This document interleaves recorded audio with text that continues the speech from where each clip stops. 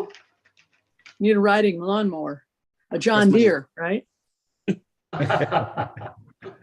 We had an old Snapper Comet, if you remember those. Oh, You bet. push mower. Yeah. Hello, everyone. Sorry for being a moment late. My Zoom decided it needed to update tonight just when I started to check in, so it was held up a bit. Do we have a quorum at this point, Miss City Clerk? yes, Mayor, we do. All right, then we'll call the meeting to order, and I'll ask Councilman Donahue if she would like to lead us in the Pledge of Allegiance. I pledge allegiance to the flag of the United States of America and to the republic for which it stands, one nation, under God, indivisible, with liberty and justice for all. Okay, we'll start with Councilman Reports. Councilman Donahue, since you've already started, would you like to give us a report? Yes, I would. I think since our last meeting, I attended Georgia Lord's service, which was after our last meeting, and it was absolutely lovely. Honestly, I give major kudos to the Goodyear staff, friends and families of Georgia. It was absolutely beautiful, and it was happy and a true celebration. Matthew, I saw there as well. I'm not sure who else was there, but it was really, really awesome. So kudos to Goodyear. They did it at their new square, which is really beautiful with a view of the white tanks in the background, but well done to everyone that put that on. I'm also helping the Litchfield Historical Society with their upcoming home tour, which is, I think, their third. And so I'm just putting out that if you have family or friends that you know that might want to volunteer in the homes, they're still looking for volunteers, and that's really a fun process, and you get to go to the homes for free.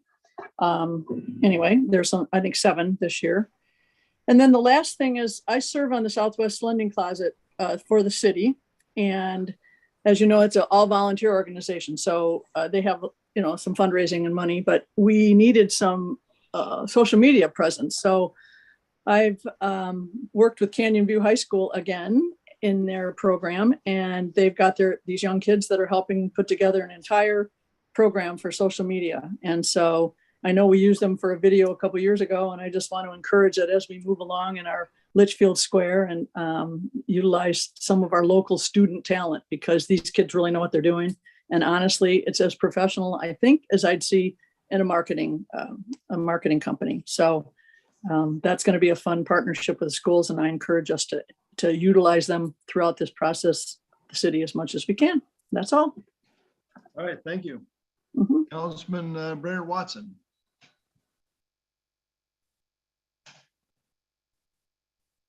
I don't have really much more to add. I would second what she said about the Historical Society.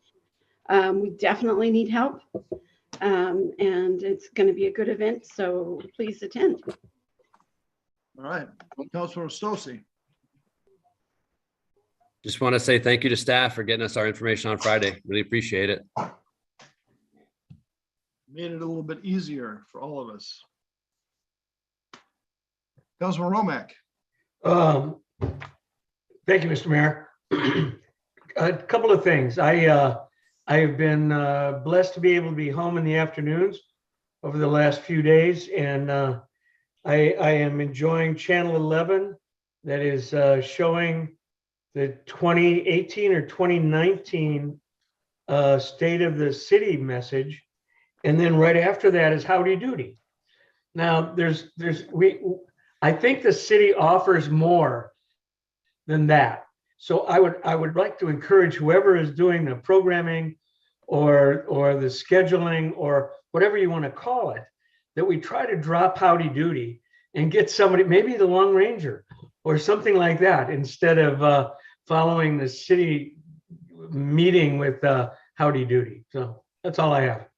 Councilman Romack, I am pleased that you didn't want to drop the State of the City from 3 or 4 years ago in favor of more Howdy Doody. So thank you. All right, is the Vice Mayor here tonight or not? I'm not sure. I don't see him on my screen. I know he's traveling. Yes, he's here. I am here. You're all right. So you're gonna, Yeah, well, you're not yep. gonna be next, no, you're not gonna be next Vice Mayor, because first we have to go to Councilman Clare. I'll make it easy for the vice mayor. Nothing to report, Mr. Mayor. Okay, Mr. Vice Mayor. Thank you. It's a little disappointing to find out that Luke Air Force Base is going to cancel the air show this year again, but it is what it is. For those of you that are interested in an air show, though, the Buckeye Air Fair will be this weekend. And I've been out there before when Jackie was mayor, and it's a nice event. They do a good job putting it on. It's a pretty large event, so I'm sure Mayor Osborne would be happy to see any of us that we could attend out there. And then I'm speaking Saturday. Frank Ross and I are apparently old-time Avondalers, and we're speaking at a Western Avenue event at noon on Saturday about, I guess, some of this, I'm not exactly sure, but I think it's about some of the stuff that was going on when we were younger and things that happened in Avondale a very long time ago. So if you get a chance to tune into that, please do. Thank you. Thank you, Mr. Vice Mayor. There were some of the stories from Avondale that I thought people were trying to keep under wraps, so I'm going to tune in to find out what you're willing to talk about. Yeah, none of them will be about me. I want to echo the, the statements were made about Georgia and her service. Unfortunately, I had to participate in the service remotely because I was getting over the last few days of COVID infection and didn't want to take that, into that group. She was a great mayor and we had a great relationship, and I'm looking forward, with a lot of sadness to having to work with a new mayor. Although Joe Priscillo is a good friend, and I think we're in a good relationship with the city going forward. But it's still sad to see Georgia gone because she was a special person. I think that's all I had tonight. So we'll go on to the city manager's report. Thank you, Mayor. Good evening, Mayor and Council. As always, of course, you have the report in your packet. I'm going to hit on the highlighted items and one addition. I'd like to thank the Code Enforcement Department. They've been working with planning on our short-term ordinance and identifying those homes that are being rented out for short-term rental. So far, they have located close to 40 within the city. So we will be sending a letter out shortly to let them know they need to register with the city. It's easy to find the ones that are through Airbnb or through other companies. It's the privately ones that are harder to find. But again, we have located 40. They're doing a great job with that.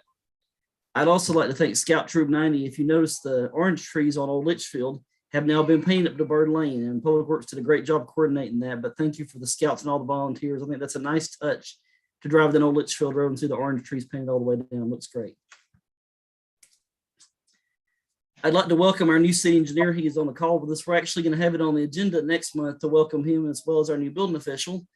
But welcome to Keith Dranaski. He is our new city engineer. He started this Monday, and he is here on the call with us. So thank you for being here tonight, Keith. Thank you, Matthew. Also, you may remember Woody is going to stay on with us. He'll be continuing to be the engineer on Litchfield Square. So don't expect Woody to be going anywhere. We're going to keep him involved with Litchfield Square as long as we can. So other items, again, our new building official, his name is Brian Bertucci. He will be starting next Monday. Recently, we did the homeless count. We're required through MAG to do what's called the point in time count annually. The homeless count remains at 0. We couldn't find anybody. Paige went out with Avondale PD this year and was unable to find anyone. Me and Sonny did it previously the last 2 years, and we're always unable to find anyone as well. Just update on that. We have switched over the Cassell cloud migration. As you know, we're slowly putting Citrix to rest. We can get off the Citrix system. We've had a few hiccups with that, as Paige would certainly attest, but we are moving to putting Citrix down, and hopefully we can have a funeral for Citrix sometime this month. IT will be very happy to see that. Some good news, you may remember on the CIP projects, we had discussed the street sweeper. We were notified via MAG. We had asked for grant funding. While we didn't get the grant funding for the street sweeper, it will be paid for with remaining funds, with otherwise known as end of year closeout funds. So we will be receiving a new street sweeper from MAG. So we're certainly happy to receive that. that will save us about roughly $250,000 on CIP for this year. So that's great news. Any questions on any of those items? Yes, ma'am. Councilman Donahue. So funny how I'm really glad that I went back and reread the VRBO. I've received 2 calls from citizens who misread. It says in there that you need to have contact information within 10 feet of the entrance of the property. And they're all like, well, what are we going to put that outside for? Anyway, it says 10 feet inside the entrance. So just FYI, city may be getting calls about that. Make sure that they reread it. It clearly says it has to be within 10 feet of the entrance. So if you walk into the house within 10 feet, there needs to be information on the owner, the telephone number, and so forth. Mainly for police, if anybody's called and so forth. So somehow people are thinking that's supposed to be outside and they're going to be identified as. So FYI, 2 calls. So I'm sure the city will receive some as well. Anyway. Thank you, Councilman Donahue. All right, one item that I had neglected to go over, but first we'll go to Councilman Romack. You see his hand up. Thank you, Mr. Mayor. Matthew, I know, and I'm going to probably be on this for a few months, but I was watching them removing the oranges from the trees that are actually in the right of way over by Red's restaurant. Those trees are owned by the Wigwam, and it looks like probably most of them need to be replaced. And I don't know how that fits into our program, but I don't know whether anybody's been in touch with them or how we deal with them and that problem right there along Old Litchfield Road. Councilman Romack, we've been working on that issue on replacing the orange trees that are dying on Litchfield Road. That issue is a little complicated as the right of ways are. If you don't mind, I'd be glad to reach out to you on that issue tomorrow and discuss it with you further. Okay, I'll be happy to. Thank you, Matthew. Thank you, sir. Okay, any other comments about the city manager's report?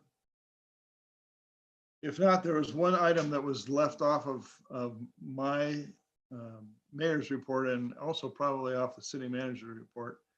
We're going to do our best to have in-person council meetings starting up in March.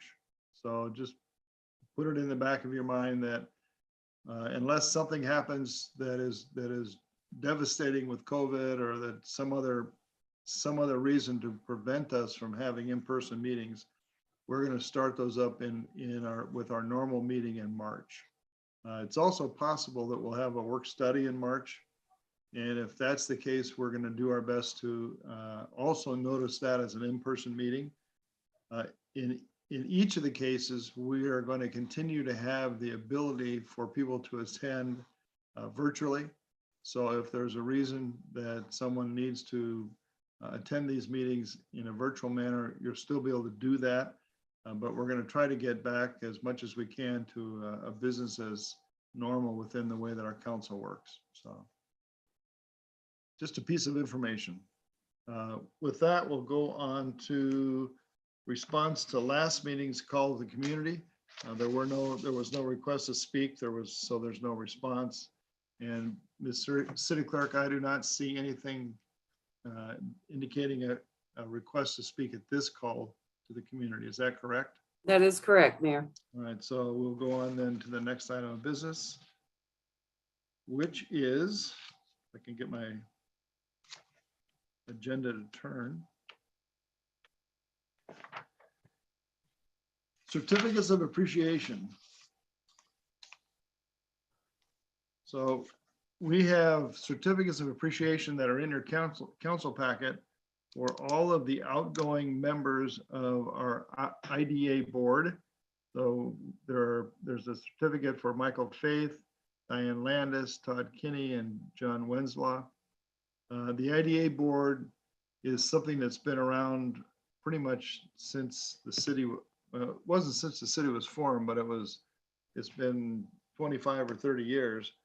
It was designed to be a possible way to help Sun Health develop the corner that is the La Loma property. Sun Health has not needed that. as an avenue for their own financing. So at this point, we have decided to go ahead and disband the IDA board because it hasn't ever done anything. But we want to thank those who have served on it and have stood ready in case we did need an IDA bond. So thank you to Michael Faith, Diane Landis, Todd Kinney, and John Wenslaw. Next item is the employee of the quarter. As everyone here knows, Vice Mayor. I'm sorry, Vice Mayor, do you have something? I didn't see you. Yeah, on the Can't see certificates you of because you're on the appreciation phone. for the IDA. Wasn't Michael Yates on the IDA when he passed? And shouldn't Yes, he- we maybe recognize his years of service also, maybe with a certificate to his family? We probably should do that, and we will do that. It's a good point. Okay. Thank you. Vice Mayor, Thank you. because yes, he was the chair of that board for many, many years, and so we will send his family a certificate along with the other board members. So thank you for bringing that up. Thanks. Any other comments about the IDA board? All right, then we'll go on to the Mayor. employee of the court. I'm sorry. Mr. Mayor, if I may. Yes. Oh, I know that Bob Slagle served on that committee he came to every meeting and he was very involved in that committee. So he may also deserve some sort of recognition. And I'm happy to do that. Bob was a true friend and was somebody who supported this city for many, many years, and he did serve on the IDA board. So we can send him a certificate of appreciation also. Thank you. Any other comments? All right, then we'll go on to the employee of the quarter. As you know, this is an important recognition of one of our employees that is driven by the people who are working for our city and not the managers. And so this month we are recognizing Raul Rivera, who works in Public Works. He is the winner of the fourth quarter of 2021 award. The other nominees during this cycle were Jenna Huffman, Jose, I'm going to give Orozco. Say that again.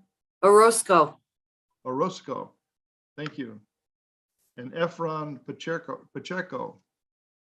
Close enough, Ms. City Clerk? Pacheco? Yes. We want to thank them, all of them, recognize all of them for being nominated for this award, but we particularly want to recognize Raul Rivera for winning the award. He will be, in addition to getting a certificate that I'm sure is going to be very important to him, he is going to get, I think it's 8 hours of time off with pay. So he may value that more than the certificate, but we value his service and we want to say thank you to him. Next item is to recognize the National School Breakfast Week. There's a proclamation in your packet. It's the school breakfast program and literally all of the feeding and nutrition programs that are run through the schools are very important to many, many children in our community. And we want to recognize the importance of School Breakfast Week. With COVID, I haven't received my normal invitation to go serve breakfast, and maybe that's an indication of the times we're in. Hopefully, as things get back to normal, I'll receive that invitation again. And I don't know, Councilman Donahue, did you go over and serve breakfast? Did I miss the invitation and you went? No, you're correct. With COVID, I'm sure canceled for the year, maybe next year. Yeah, it's too bad. It's always fun to go see the kids and see them come up and and get a nutritious breakfast and get a good start to their day. Finally, we want to recognize our city clerk for her earning the designation of a master municipal clerk. So Miss Clerk Roth, we want to congratulate you on your award. I want to say that it's been really interesting watching this whole process, as I was part of the decision that went into bringing you from Public Works into the office, and having you see you transition to city clerk is cool.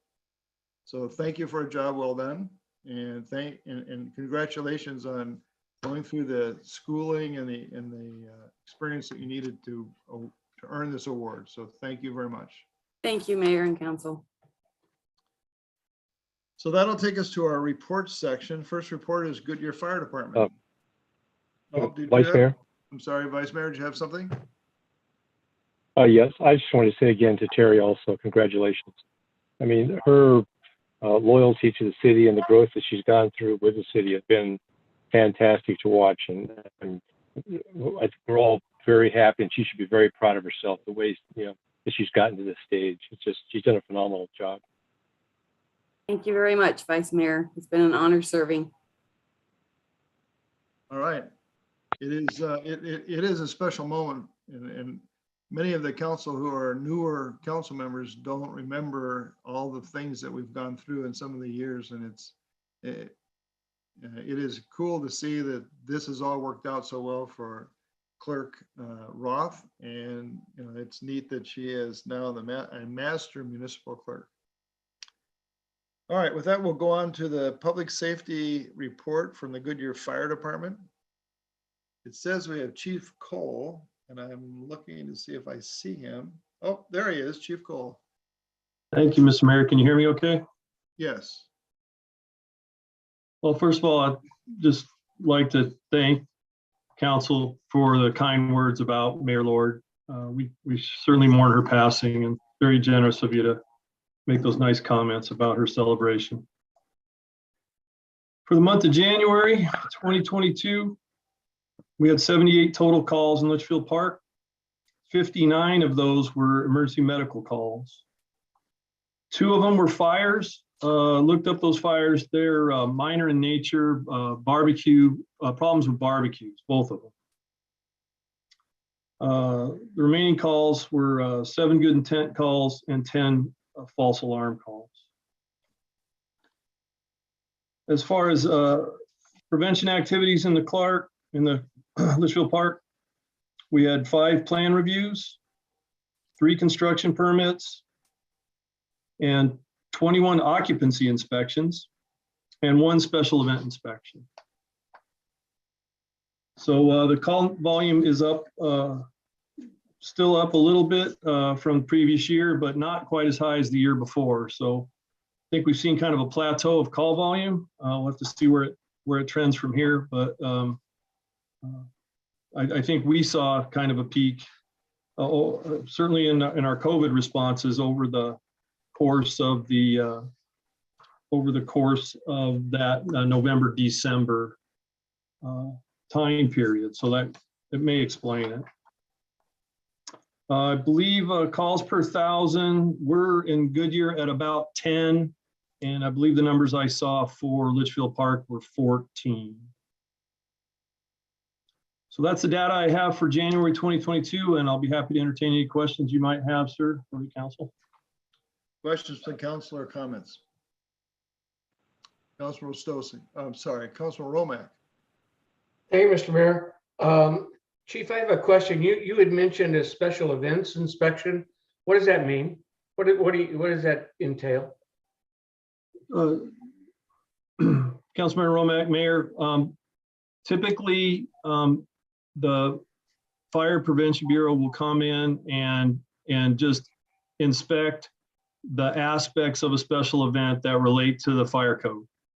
So without doing a deep dive into this particular event, I can't tell you exactly what met that criteria, but I can certainly investigate that for you and get back to you. But when our fire, it's always when there's fireworks for sure in Goodyear, our Fire Prevention Bureau goes out and it inspects the setup and monitors the fireworks shoot. I'm guessing that wasn't the case for January in Litchfield Park. But there are aspects of enforcement of the fire code that the fire prevention folks will come out and look over just to make sure it's in order with the code prior to the start of the event. And I will get you more info, Councilman. Any other questions or comments from council? Mr. Vice Mayor. Vice Mayor. Your hand up. Yes, thank you. Thank you. Chief, I would just say what a great job you guys do still. I mean, they do the representation of their department in our city has been exceptional. So I should just take that back to them. I just want to beat the same old drama beat If you take out the false alarm calls, we have 2 businesses that operate that are over 30% of the calls this month.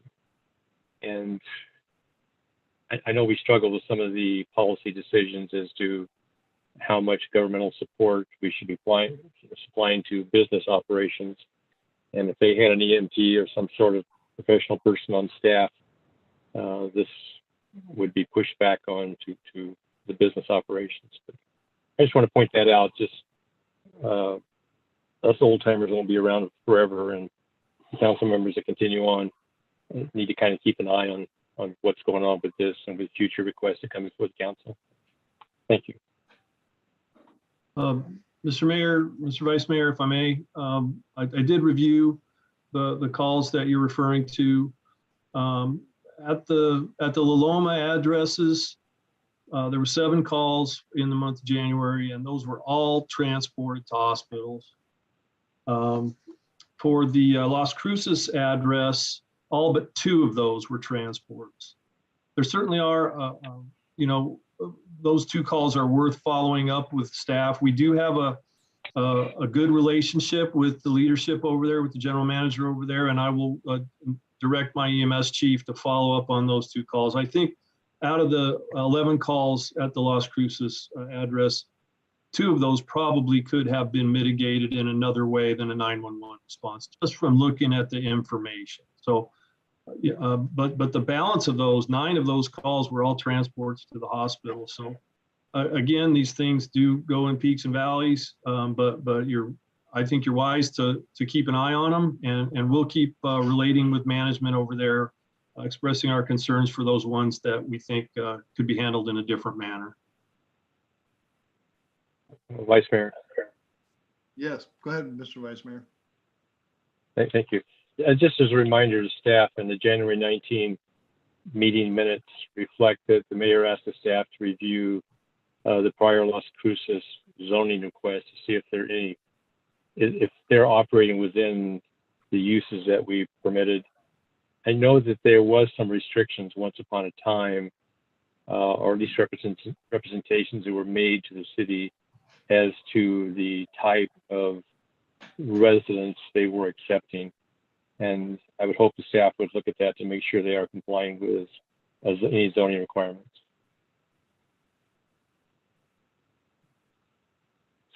We sure will, sir. Yeah, we'll make sure staff does that. And this obviously, Chief, is a difficult area for us, in which we want to make sure that it's fair to our residents in terms of what the costs that they're bearing going forward.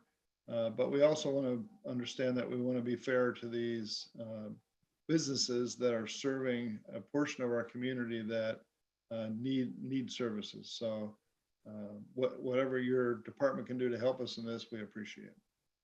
Yes, sir. Duly noted, and I will pass it along to the fire chief as well. And again, thank you guys for all the service, guys and gals, for all the service they give to our community. We do very much appreciate it. And I would echo what the Vice Mayor said, that the level of professionalism of the Goodyear Fire Department is to be applauded. You do a great job. Thank you. Well, Mr. Mayor, it's a privilege for the men and women of the Goodyear Fire Department to serve Litchfield Park, and thank you for the comments. Okay, with that, we'll go on to the Avondale Police Department. Chief Espinoza is here, and so we're ready for your report. Good evening, Mayor, Council. As always, thank you for having us. This month, or the month of January, our team took a total of 220 calls for service. Of the 220 calls for service, 103 were self-initiated by our staff. In addition to those calls for service, our team responded to 8 flock alerts. One of the 8 alerts was a vehicle with a stolen plate, which our staff was able to make contact with, and learned that the plate had been previously reported as stolen. However, the driver never reported it as being recovered to law enforcement. Some of the notable cases for the month of January was while patrolling the parking lot of the Albertsons, our evening officer observed a suspicious individual with multiple items on his carrying multiple items. And as the officer attempted to make contact with the subject took off running, dropped the items. We later learned that the subject had broken into a local business and removed a cash registered, including cash or whatnot. Most of the items were recovered. However, the damage to the business was quite extensive. Another notable case was an armed robbery that occurred on January 29th. This gentleman, or the suspect, went into the Albertsons, demanded money, expressed that he had a weapon with him. As our officers responded to the Albertsons, we get another call for service over at the Walgreens at 107th and Indian School on the Avondale side, with a similar type of call for service. Our staff immediately set up a perimeter, and with the aid of our canine, we were able to locate that suspect, and we were able to link him to the two armed robberies. In addition to that, this gentleman was linked to an additional 3 armed robberies between Avondale, Glendale, and MCSO. At this time, I'll be more than happy to answer any questions. All right, questions from council? Councilman Vice Donahue. Mayor. So I'm guessing Avondale does not have their own security people, because this is the second time that's happened inside at the, is it a bank inside or something? Is that right? At the Albertsons, it was just their regular store, one of the registers. Oh, okay. Because Yes. didn't they just recently in the last 2 months have an armed robbery at the bank there, I think, right? Inside? Several months ago, we did have one at the bank. Yeah. Anyway, They do not have their own security. Yeah, I just wondered. So anyway, thank you. Thank you, ma'am. All right, Mr. Vice Mayor. Thank you, Mayor. Chief, please take back to your officers that, the phenomenal job that they're doing. And I said this before, but all the comments I get back from the citizens have been positive, and they've put a great face on the Avondale Police Department, and they've done a great job for our city. So we really appreciate it. Thank you, Vice Mayor. Any other comments or questions from council? All right, Chief, once again, appreciate your coming and reporting to us. And I want to echo what the Vice Mayor said. I think he made a good statement on behalf of the entire council. I know that all of us have heard from residents, and it is reassuring to see the police car throughout our community on a regular basis. It makes it makes the community feel safer, whether it in fact is any safer. I think everyone feels safer. So thank you guys for all the work, guys and gals, for all the work that they do for us, because we do appreciate it. Thank you, Mayor. Thank you, Council. And I look forward to meeting you guys all in person. Okay, before we leave this section of reports and information on staff, I don't want to fail to mention the fact that Mary Dixon is getting ready to retire. I think the retirement date is March the 4th. And Mary, we appreciate all the service that you've given to our community. It is definitely a difficult area. We've had a lot of building going on, and you've done a great job in representing the city with all of these various building activities. So thank you very much, and we hope that you will enjoy your retirement. I certainly will. Thank you very much. Okay, with that, we will go on to our monthly reports with a report from the Finance Department, Ms. Peterson. Thank you, Mayor and Council. Tonight I've got our financial report through the end of January. So I'll start off with our sales tax report. And can you see my spreadsheet here? Yes, Yeah, we can okay. see it. You can see that retail sales were nearly flat this January over last January. But our online sales are up 39%, and I think a lot of that is because the online sales were being reported under retail last year. Restaurant and bars are doing very well, up 42% over January of last year. Utilities up 101%, rentals 34%, and then our other category that has fewer than 10 taxpayers in each group is up 49%. So in total, this January is 15% higher than last January. And then year over year, in total, we're up 20% or about 900,000. Our construction sales tax, January over January, is down 21%. However, we're up 30% over last year, and we're well over budget at, we've collected just over 1.4 million so far. I did scour through the detail in all the categories. I didn't see anything unusual or any anomalies, any one-time payments. So we had a really good month.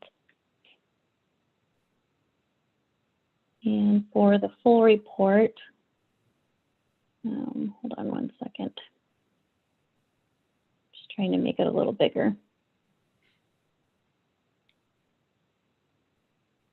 Our local taxes, which I just went over, we're at 77% of the budget, and we're just through 59% of the year. Our state shared revenue is coming in at 63%. I think that's a direct impact of our census numbers coming in higher than the state had projected. And all other categories are over the 59% except special events, but those that revenue should pick up as more events take place. And then interest is just historically low still, so we're only at 25%. Miscellaneous is only at 32. We did budget for a refund from the insurance company, so if that does come, it'll come towards the end of the year and should bring that miscellaneous category up. All of our departments are operating at or below budget, except council and commission just has some one-time payments. But as the year moves out, we should come in at or under budget. Finance, we did pay for our audit, so that's put us over, but that should smooth out as well. I've mentioned information technology. Matthew mentioned it in his report. We're going through a lot of change right now, so we will be requesting to use contingency to cover this overage. Then just the debt service is a one-time, so that's at 89%. Our construction sales tax, like I just mentioned, we're at 1.4 million or 341% of budget.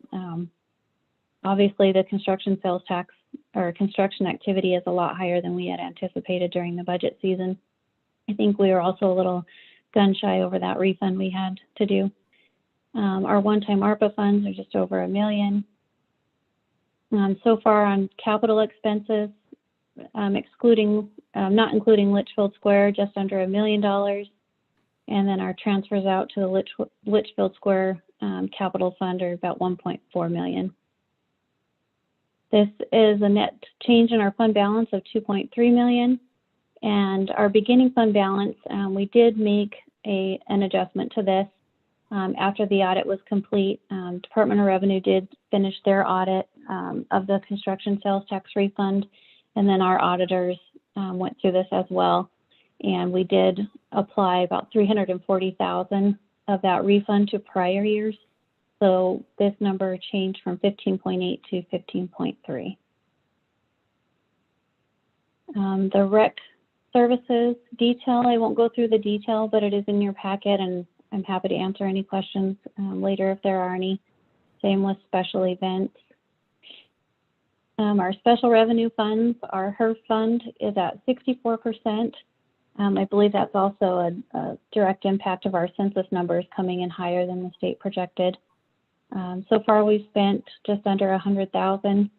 So that leaves our HERF fund balance at just over 1.3 million. Our Litchfield Square expenses, paid expenses, I should say, is 4.6. We do have some pending invoices. Our streetlight improvement districts, we're right on track.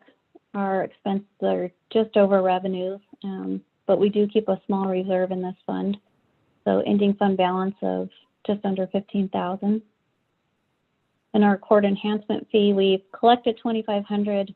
We are working to spend that fund down. We've spent 53,000, so leaving that with an ending fund balance of 130. So in total, that brings the general fund ending fund balance to 17.8, special revenue 13.7, and total ending balance of about 31.6. And that is the end of my report, and I'm happy to answer any questions if there are any. Questions or comments from council? Vice Mayor. Yes, please go ahead. I really can't see anyone, so. I'm trying to stop that. There we go. There we go. Okay. All right, Mr. Vice Mayor. Thank you.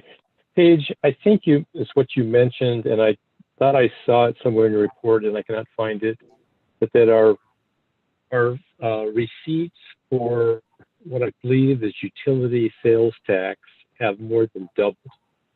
Is there a reason for that, or should we be looking at a possible mistake somewhere that we have to repay at some point? Vice Mayor Bayer, that's a good question. I have looked at the detail of the utilities. They are all within the city, but that is a good question that it has more than doubled. So I will take a deeper look and get back to you on that. Thank you. Any other questions or comments from council? Mr. Mayor? Councilman Romack. Thank you. Paige, you mentioned the census a couple of times in your report. Can you give us a quick overview of the census that you're working off of? Sure, Councilman Romack. I don't have the numbers right in front of me, but when the state, when they do their budget and they project their revenue, they were using prior year estimates. So once the 2020 final census numbers were released, I want to say we were roughly 400 more than what they had estimated. So it slightly increased all of our state shared revenue, the state shared sales tax, income tax, and HER. Okay, thank you. That's all I was looking for. Thank you. Any other questions or comments? Okay, thank you for your report. Once again, obviously we're very happy to see our financial condition to be in such great shape. And I'm sure it's all because of your work, Ms. Peterson.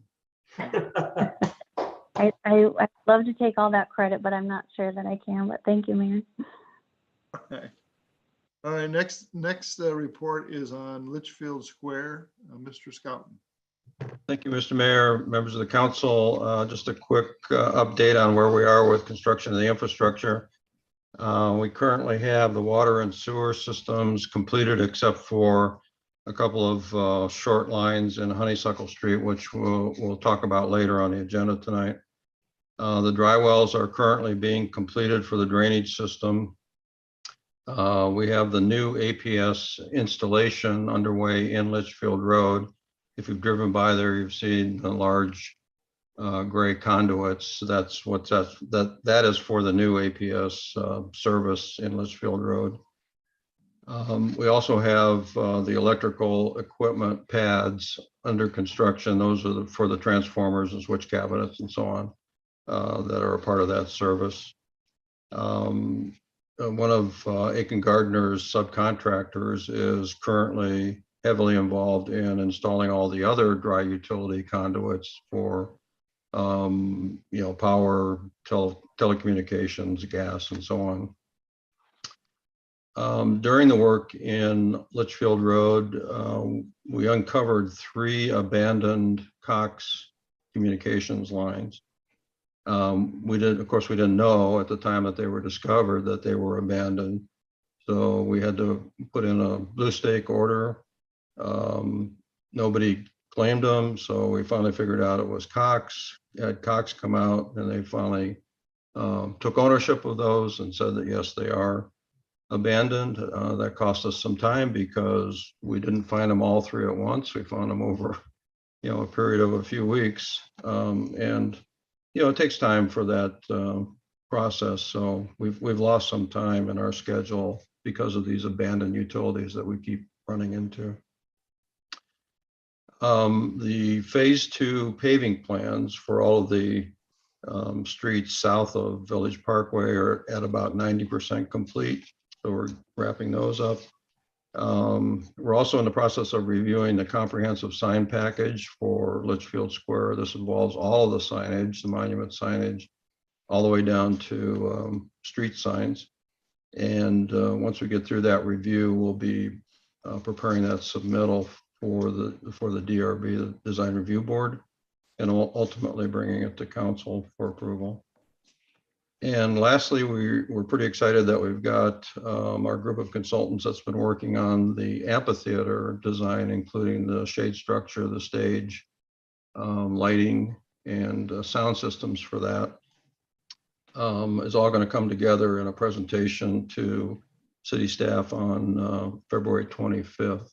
So we'll get some, hopefully get some really good designs there that we can bring forward to the working group and DRB and so on. And that's all I have, Mayor. Okay, any questions or comments from council? I just have a couple of questions, Mr. City Engineer. In many of these things, particularly the issues of like signage and the way that we're going to present the Litchfield Square to the public, we have a marketing group, and I'm not sure if the marketing group has really been meeting recently, but the whole purpose of that group was to get some more artistic and marketing oriented comments into those kinds of decisions that we're making. And I'm hopeful that you will be taking those to that group and get at least receiving their input. They may or may not have something that will help before you take it to DRB. But I think it's very important that we utilize that group and the talents, because it's a very talented group of people. Yeah, good point. And I certainly do that, Mr. Mayor. Okay, Councilman Donahue. Yeah, actually, I was just going to say that the marketing committee has been sort of, they didn't retire. They've just been moved on to the next step, and we have not met. And that would be something that would be very helpful, I think. And you have some people at the table that might have some good suggestions. So thank you. Yeah. Mr. City Manager, I want to make sure that you put that on your list of to-dos to make sure we get that, we keep that group involved, because that group represents other than possibly Councilman Donahue and maybe member Fred. The rest of the members on that group are part of our younger millennial type residents, and it would be nice to have their input into some of this stuff. So please make sure you keep them and you keep that group active and you utilize their talents. Yes, sir, we certainly will. Okay. The other question, Mr. City Engineer, was concerning recovery of costs for these utility companies that have cost us time in terms of meeting our schedule, and I suspect they're going to increase our cost of what we're doing because of not being able to be efficient at it. So do we have any avenue to recover costs from Cox or APS or anyone else that has stopped our progress? Yeah, Mr. Mayor, not off the top of my head, I'm not aware of that, other than just sending them a bill out of the blue. Perhaps I can talk to the city attorney and see if we can identify some process for doing that. Yeah, I think it would be a good idea. I mean, they obviously have their property is buried underneath our property, and we don't know that it's even there, so they have no right necessarily to be there. And the fact that they're there is, it does result in significant costs for us over the course of this project. So it would be worth looking into that. Yes, sir. All right. Any other comments or questions from council? Okay, if not, we're going to go on to the consent agenda. It's item number 9. We have sub items A through G. Is there any member on the council who would like to take any item off of the consent agenda for further discussion? Mr. Vice Mayor. F is the box shot. So item F. Any other item that anyone would like to take off?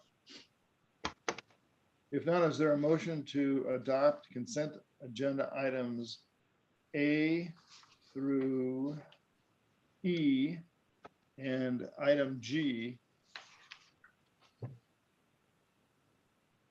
Motion by Councilman Donahue, is there a second?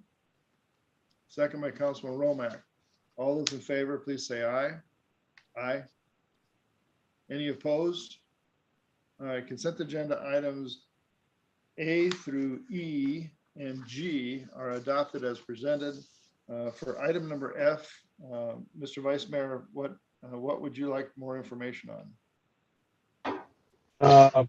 Page 117, about 2/3 of the way down, AI, the word bullion is crossed out. That first sentence has been changed, and I've read it a dozen times, and I don't know what it says or what it's intending to say. That word bullion that's been inserted in that second line of that paragraph, maybe that's not supposed to be this. Would staff just please take a look at this and make sure that the syntax and the grammar and that there's not something missing in that sentence. Mr. Vice Mayor, do you mind telling me again, sir, what line that was on? It's on page 117.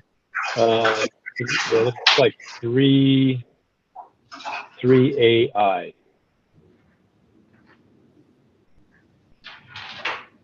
Definition and examples, bullying is crossed out. It says first sentence there.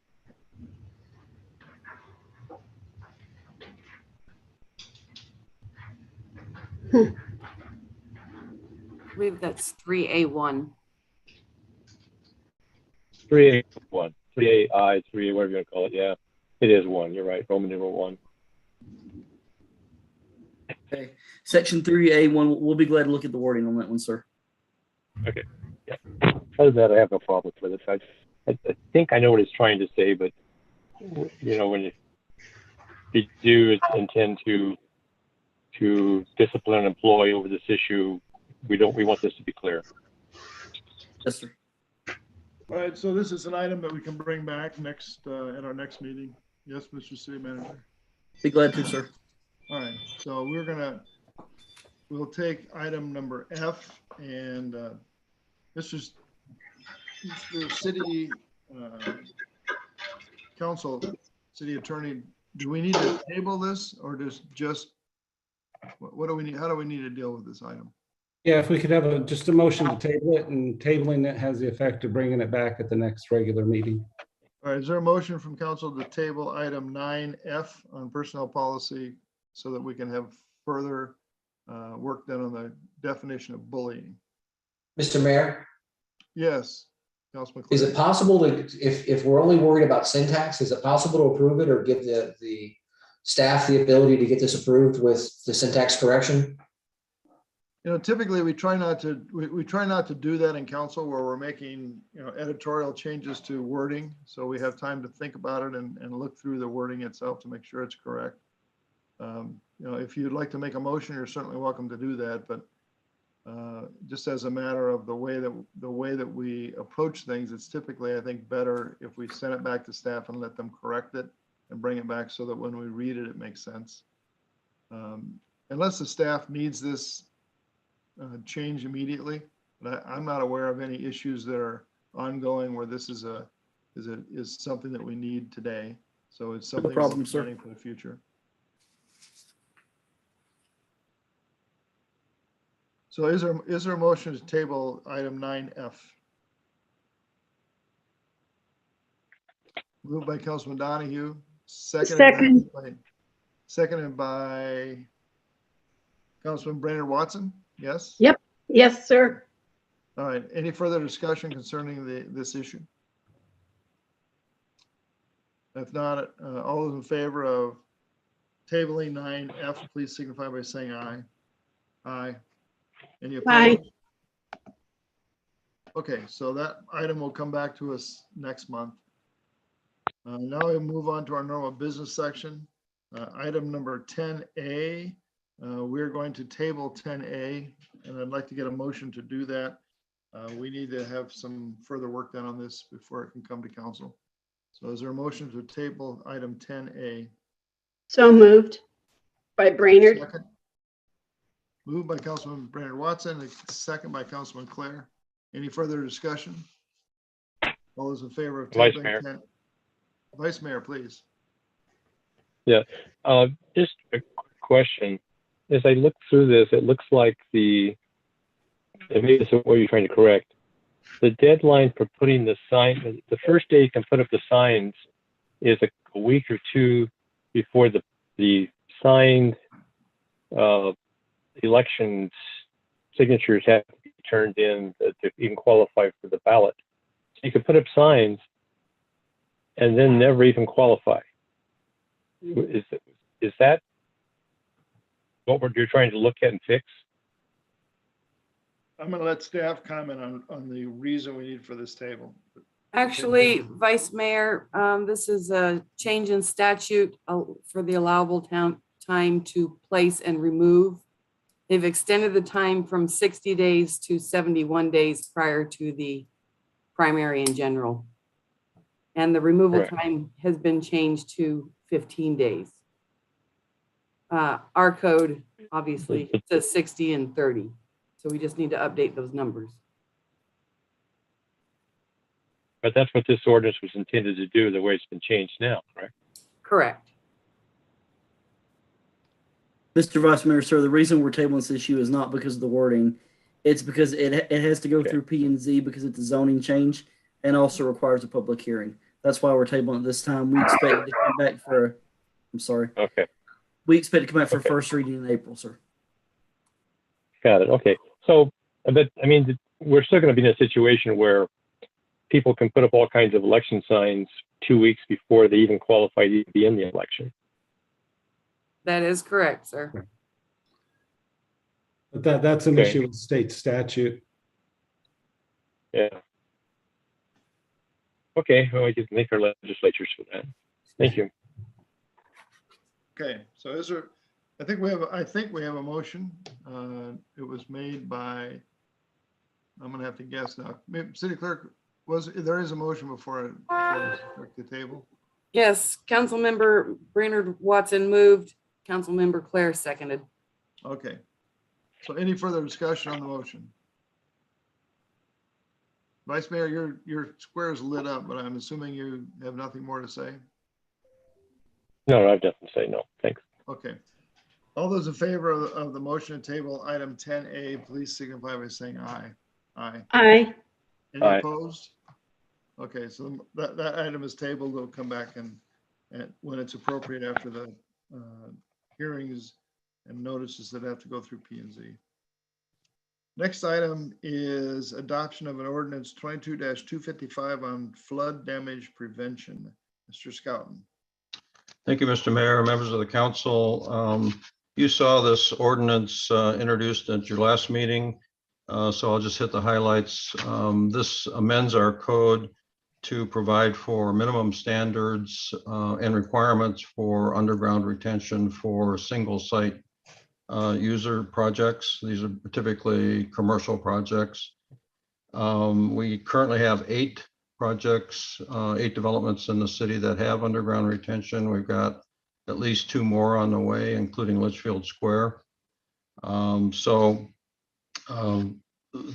research that I did indicates that there are some standards out there with a lot of cities and counties regarding underground retention, but none of them require any kind of a reporting back to the city as to maintenance of that underground retention facility.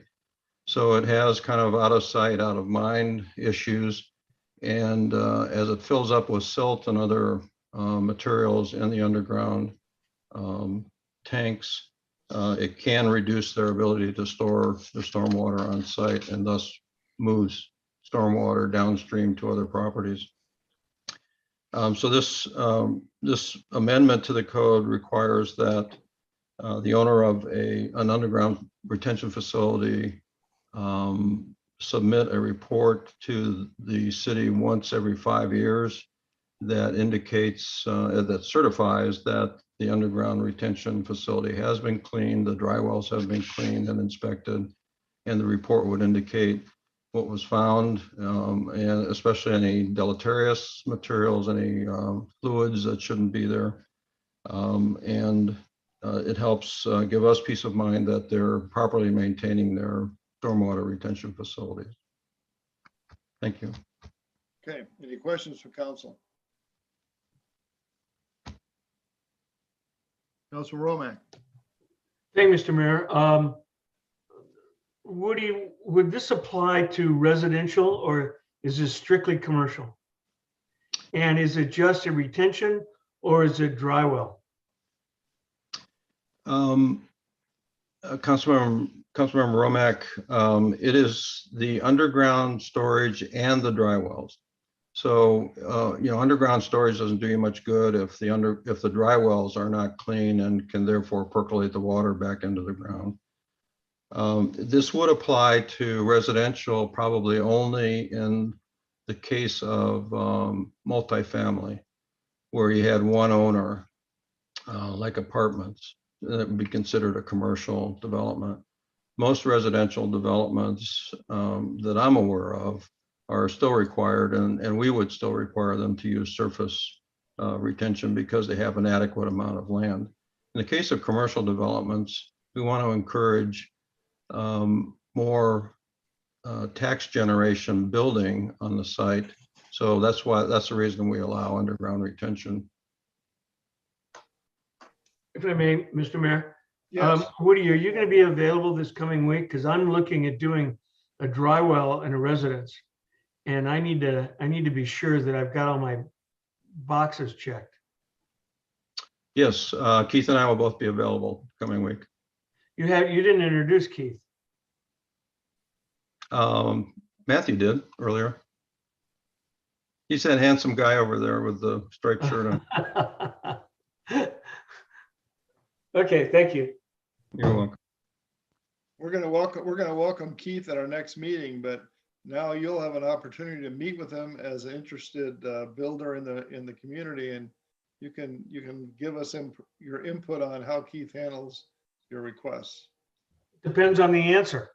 I understand that. I'm just saying, we're gonna get a firsthand information. It's perfect. Keith, you could become my new best friend. Or to it. All right, I'm gonna withhold comment on that comment. So, is there a motion to adopt ordinance 22-255 concerning flood damage prevention? Moved by Councilman Romack. Is there a second? Seconded by Councilman Clare. Any further discussion on this ordinance? Seeing none, all those in favor, please signify by saying aye. Aye. Any opposed? Ordinance is adopted. Next item is an ordinance concerning the Camelback Road right-of-way annexation. Mr. Scouten. Thank you, Mr. Mayor, members of the council. As you know, we've entered into an intergovernmental agreement with the county regarding annexation of Camelback Road right-of-way from the Goodyear city limits on the west to 127th Avenue on the east. That IGA provides for money to come to the city, $3.51 million to come to the city for future improvements and pavement rehabilitation for that portion of Camelback Road. However, we still need to finish the actual annexation process. So this ordinance does that. It provides for the city to formally annex the right-of-way that I just described, and that will be accepted by the county. I'm told that their process is to adopt a resolution that basically gives away the right-of-way to the city, and then that annexation will be completed. Don't have any questions, Mr. Mayor. Questions from council? Seeing none, is there a motion to introduce ordinance 22-257 concerning the Camelback Road right away? So moved by Brainerd Watson. Moved by Councilman Brainerd Watson. Is there a second? Second by Councilman Donahue. Any further discussion? All those in favor of introducing this ordinance, please signify by saying aye. Aye. Aye. Any opposed? Aye. The motion carries. The ordinance is introduced. Next item of business is a discussion and possible action to approve a contract to locate the Wigwam's underground irrigation pipe that is along the south side of Camelback Road. Mr. Scouten. Yes, thank you, Mr. Mayor. I'll try to keep this as short as possible, but there's a lot of history there. As a lot of you may know, the Airline Canal used to run along the south side of Camelback Road, basically along the north side of where Camelback Park is today. That canal was undergrounded some time ago, decades ago, and put into a pipe. However, there are no maps that show where that irrigation line was installed. We have not been able to find any. Went to the Wigwam, they were not able to produce any. So we had our consultant who's working on the concept for the Camelback Park wall, do some investigation using ground penetrating radar.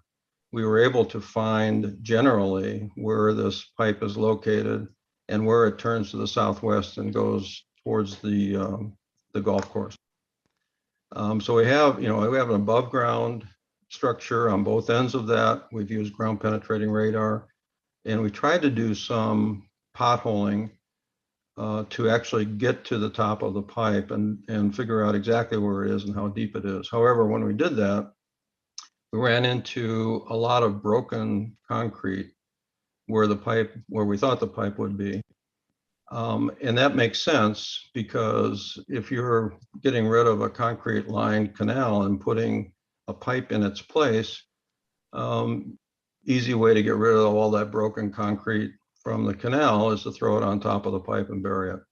So we think that's what happened, but it's preventing us from actually identifying where this pipe is located. This is important because the assumed location of the pipe is very close to the right-of-way line of Camelback Road, which is where we want to put the future wall. As you know, we've talked about the wall being pushed out to the right-of-way line so that we could maximize the amount of space in the park. In order to do that, we would put it right on the right-of-way line. And this pipe is within feet of the right-of-way line. On the other side of the right-of-way line, we also have utilities that are relatively close to the right-of-way line and run parallel to it. So we're in essence threading the needle between the assumed location of the irrigation line and the underground utilities on the north side to be able to put the wall in that location. So what I would like to do is to have Aiken Gardner use some of the equipment that they already have on site at Litchfield Square and actually dig up that pipe, get that concrete rubble out of the way, expose the pipe so that we can once and for all know exactly where it is horizontally and vertically, how deep it is and what kind of pipe it is, so that we can determine whether or not we can build relatively close to it with a wall and a footer. I went to one of the reasons I selected Aiken Gardner is because they're here, they're already working in the city, they have the equipment already here on hand. They also have the fill dirt available to place back into the excavation when they remove and haul off that broken concrete that they find. I guess I'll stop there, Mr. Mayor. All right. Questions from council? Mr. Mayor, I have a question. Yes. Or I guess maybe it's more of a comment. Woody, previous career, before I became a teacher, I worked for Southwest Gas when they took over APS's gas system. And I don't know if you remember, but that's when the whole ABS pipe explosions were going on. And one of the key elements that we discovered that was causing the pipes or to fail was improper bedding and shading and backfill. So because we don't have any idea of when these two, I'm sure Southwest Gas knows when their pipe was installed, their main was installed, but I'm sure we don't have any idea when this concrete rubble was put on top of a pipe that we don't even know where it actually is. We may want to ask Southwest Gas to open up their line and reveal whether or not the bedding and shading includes some of that concrete rubble, because we certainly don't want to have that kind of problem arising because we didn't know that they were put in too closely together. And you're referring to the gas line that's on the north side of the pipe location? Yes. Right. Yeah, that is a great idea, and I'm sure we can do that with this project. Thank you. Okay, any other questions or comments? Mr. Mayor, I failed to mention that the $20,000 number is kind of a worst case scenario. That's for 5 days of excavation out there on the site. I think we're going to get it done sooner than that, and maybe 2 or 3 days. So hopefully the end cost of this will be less than the $20,000 figure. Okay. Is there a motion from council to approve a sole source procurement from Aiken Gardner to provide excavation services to locate the Wigwam's underground irrigation pipe along the south side of Camelback Road at a cost not to exceed $20,170.25? So moved. Is there a second? Second by Councilman Romack. Any further discussion? Can I just make one more quick little recommendation? Yes. That maybe we might check into Blue Stake, what was Blue Stake law? I think they call it something else now, Dig 811 or something like that. But look into that and make sure that for that Cox, those couple of Cox lines, whether or not there's any liability on Cox's part for not having been able to identify their lines. It might be in Blue Stake law. Yeah, we will definitely do that. Obviously, before we undertake this excavation, we have to Blue Stake. We have to call in Blue Stake, and that's one of the ways we discovered that the Wigwam had no mapping of this line because they didn't respond to Blue Staking in that area in the past. Yeah, my comment is off topic because I'm thinking back to the Cox lines. Oh, in Litchfield Road. Okay. Right. I'm with you. Yep. Got it. Thank you. We're gonna insert this comment in the appropriate place in the minutes. Okay, any other questions or comment on this item for the sole source procurement from Aiken Gardner? Okay, Miss City Clerk, I believe it's been moved and seconded, correct? Correct. All right. All those in favor of the motion, please signify by saying aye.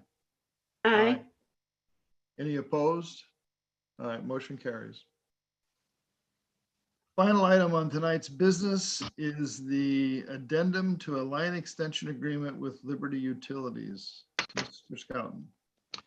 Yes, thank you, Mr. Mayor, members of the council. The original planning for water and sewer for Litchfield Square did not include any sewer or water extensions in Honeysuckle Street from Desert Avenue to Old Litchfield Road. We knew that those buildings were being served by water on the south side and would likely be served from that same line for any needs that we had on the north side of Honeysuckle. But during planning, we made a change to how the parcel north of that shopping center, north of Honeysuckle, would be developed, which caused us to need to have an additional sewer service for the second building that might be located on that pad. And we learned in the initial work with Liberty on construction in Litchfield Square that the water line in Honeysuckle is a 2-inch, very old galvanized pipe. So, I talked to Liberty about the idea that we're not really excited about building a brand new street over such an old and small pipe. Would they replace that pipe before we build the new street?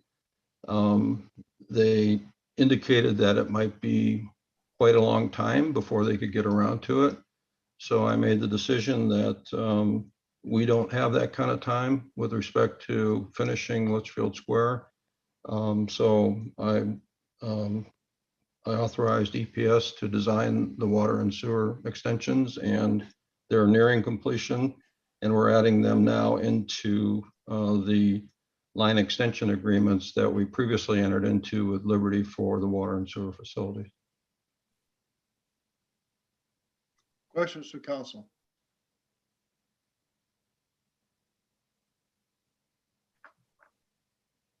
Councilman Brandon Watson, was that a hand up? Yes, it was, because my mouse isn't working. So just curious, is there any way of recouping some of those expenses from Liberty at a later point in time when customers connect, or? I don't know, to be honest with you. Liberty is treating us like any other developer. If we want lines in the ground, we put them in the ground and give them to Liberty. That's basically what the line extension agreements say. I don't know that we, well, let me say it this way. Had we known quite a while ago, a couple of years ago, that that was a 2-inch water line, then we probably would have been able to get Liberty to actually replace it themselves. But that wasn't the case, and now we're under the gun to get it done. I don't know. I'll have to research that and see if there's a possibility of doing that. Is it indicated on any of their mapping at what size that line was? Yes, it's indicated on their mapping as a 6-inch line. Yes, and that's why we weren't too worried about it. But later during construction, as we started construction, someone in Liberty came forward with some other map that showed it as a 2-inch line. Seems to me there should be a way of legally recouping our engineering cost and possibly even the cost of having to replace the line, because a 6-inch line probably would have been sufficient. Correct? Perhaps, yeah. None of those buildings are sprinklered, so there's no fire, there's no need to have the larger line for fire protection. However, the owner of that property is planning to remove one of the existing buildings and put in a new 2-story building with a restaurant in it, which would be sprinklered and would require at least a 6-inch connection to provide the fire protection. Okay. Councilman Romack. Thank you, Mr. Mayor. Woody, over the years in building and developing out here, I have found Liberty Water or Liberty Utilities to be relatively difficult to work with. They're not always your friend when you go into meetings or when you try to negotiate with them. The other side of that is that we need to move forward, and so it's one of those things where you just have to kind of bite the bullet and say, hey, we're willing to deal with you, but hopefully in the long run they're able to negotiate something else. But as I say, I find them to be relatively difficult to deal with, and I'm glad it's you and not me. I agree with you. Any other comments from council? Vice Mayor. Mr. Vice Mayor. Thank you. These kind of expenses are typically paid by the developer, and that's the shoes that we kind of find ourselves in. My question is, presuming that we have to pay for this, and maybe this is a question for Paige, and for Woody, what's the estimated number, and how does that affect the numbers we've used with the money that we borrowed for bonding and the money we've agreed to put in cash on top of that? And I presume this is going to come out of the money we put on top of the bonding. So we're going to have to come out of pocket more money somewhere, even though this says it's coming out of a capital something. What